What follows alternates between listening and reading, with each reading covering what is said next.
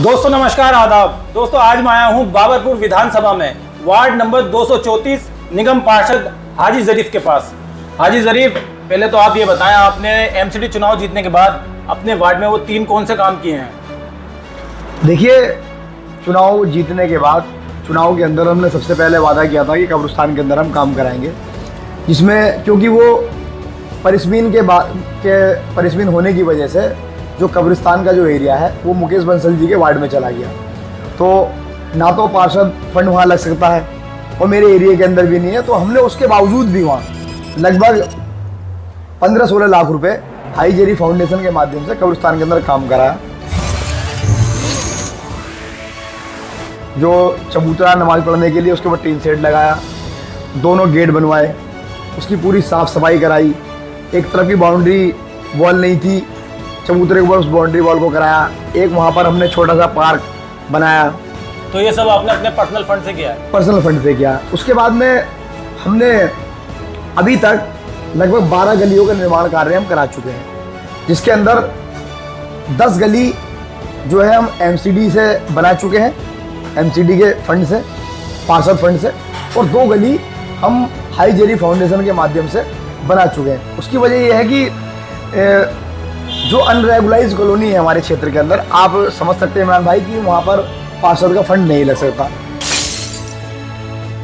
और चुनाव से पहले नॉलेज ना होने की वजह से मैं इस बात को मानता हूँ, नॉलेज ना होने की वजह से हमने वादा कर दिया लोगों से।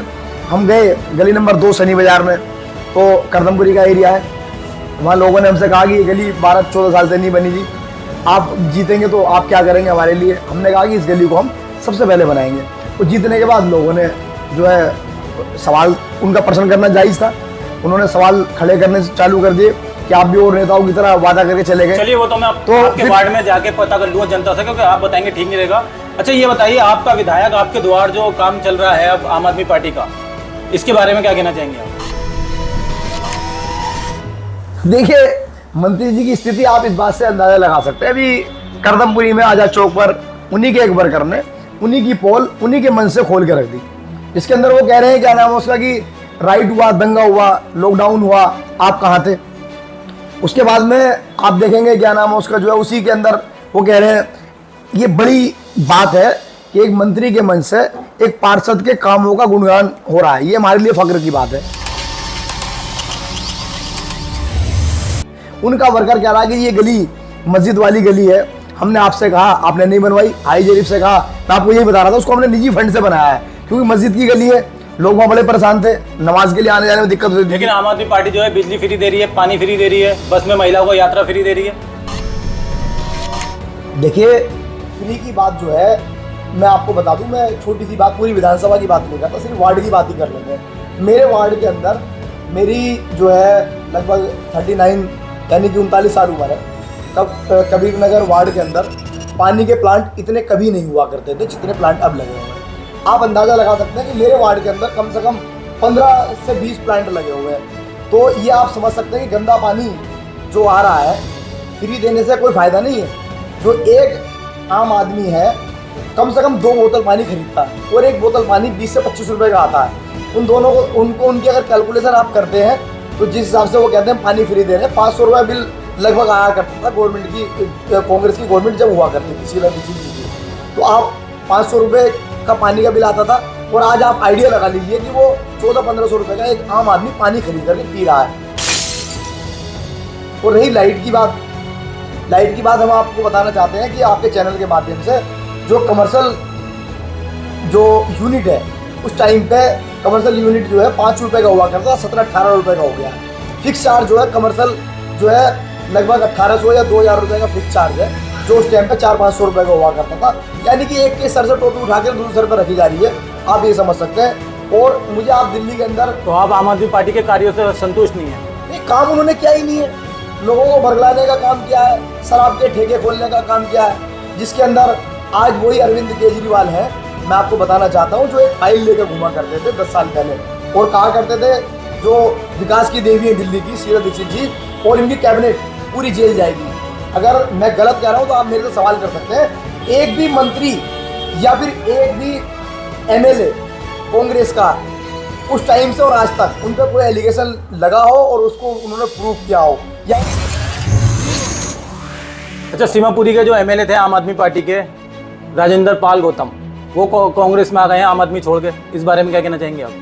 देखिए, राहुल गांधी जी की जो नीति है और जो दिल्ली के जो सदर हैं देवेंद्र यादव जी, कांग्रेस की नीतियों को देख करके हमारा कुनबा निरंतर बढ़ रहा है। उसमें कल एक कड़ी ये है कि राजेंद्र पाल गौतम जो मंत्री रहे हैं आम आदमी सरकार में और एमएलए हैं मौजूदा, उन्होंने कल ज्वाइनिंग की है।